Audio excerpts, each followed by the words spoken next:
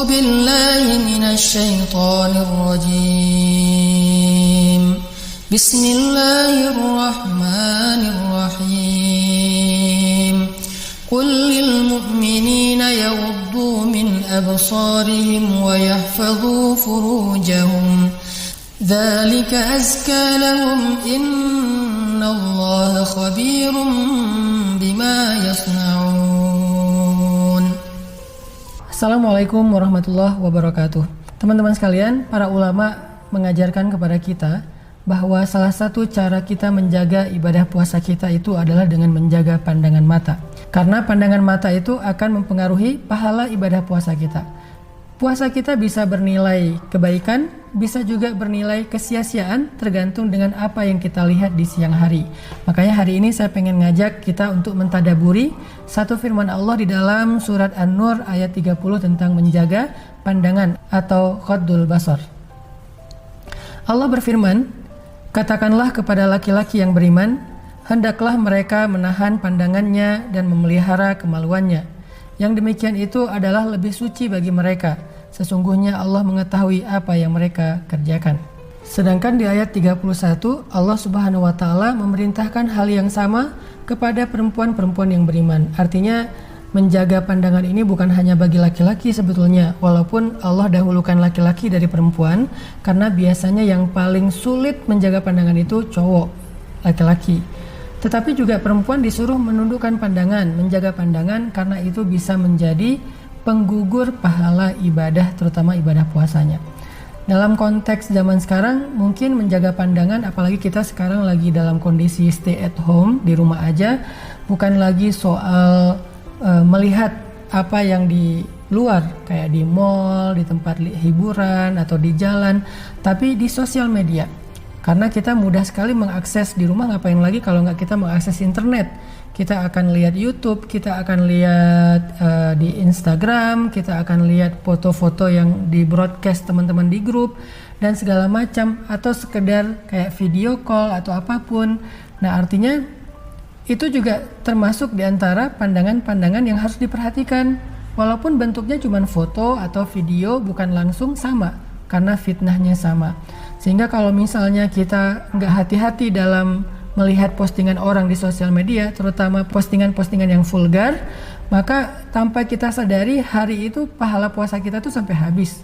Sampai Nabi mengatakan betapa banyak orang yang berpuasa tapi dia nggak dapat apa-apa dari puasanya kecuali lapar dan haus. Kan rugi banget ya, udah capek-capek lapar dan haus tapi nggak dapat pahala apa-apa gitu. Ini gara-gara kita tidak menjaga pandangan. Dan Allah katakan di dalam ayat itu, dzalika azka lahum, itu lebih suci bagi mereka. Apa maksudnya?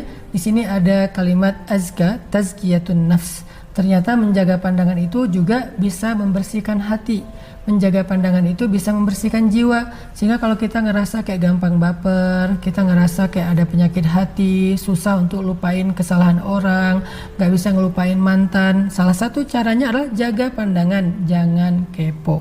Sehingga ketika kita kepo, maka kita hatinya jadi kotor, mikirin dia sama yang baru, mikirin dia udah jadian lagi sama yang lain, segala macam ya. Akhirnya nggak azka, nggak suci, nggak bersih hati kita.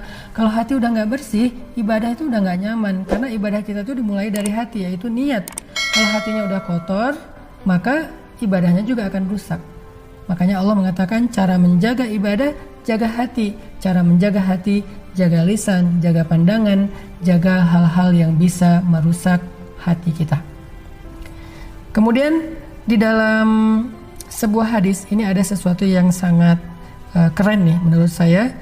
Ternyata menjaga pandangan itu ada balasannya. Kadang-kadang kan kita mikir, kan ada ungkapan gini, dilihat dosa, nggak dilihat barang bagus gitu kan. Terus gimana dong, kita kayak ngerasa rugi nih nggak dapat barang bagus, sia-sia gitu. Ada postingan barang bagus nggak dilihat, kan rugi tuh. Nah ternyata nggak rugi loh teman-teman.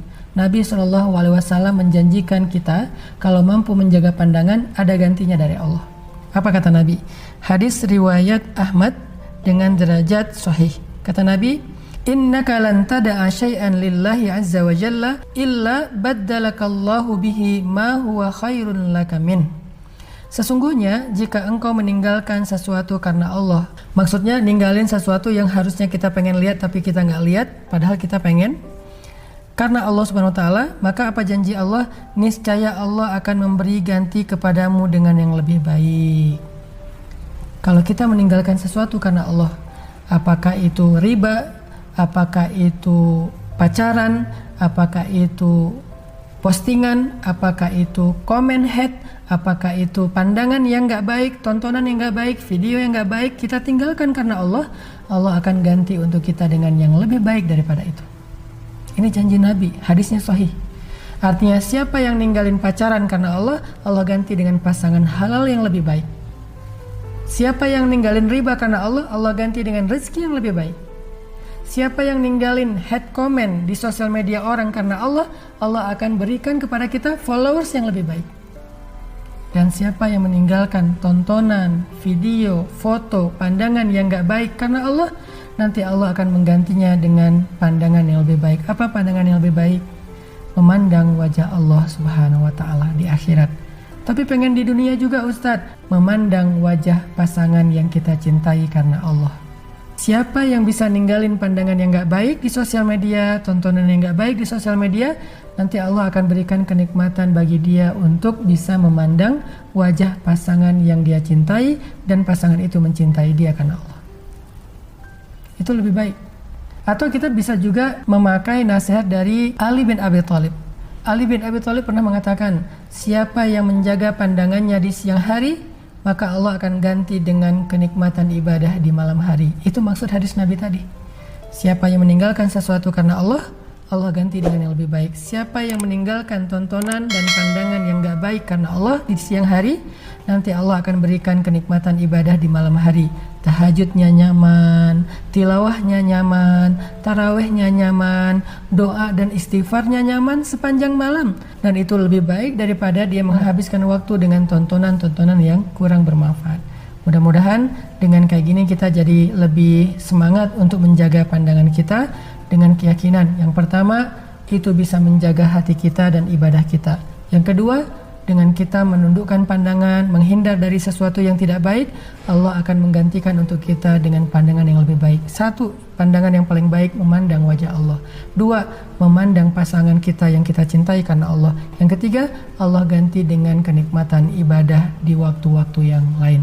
Barakallahu fiikum.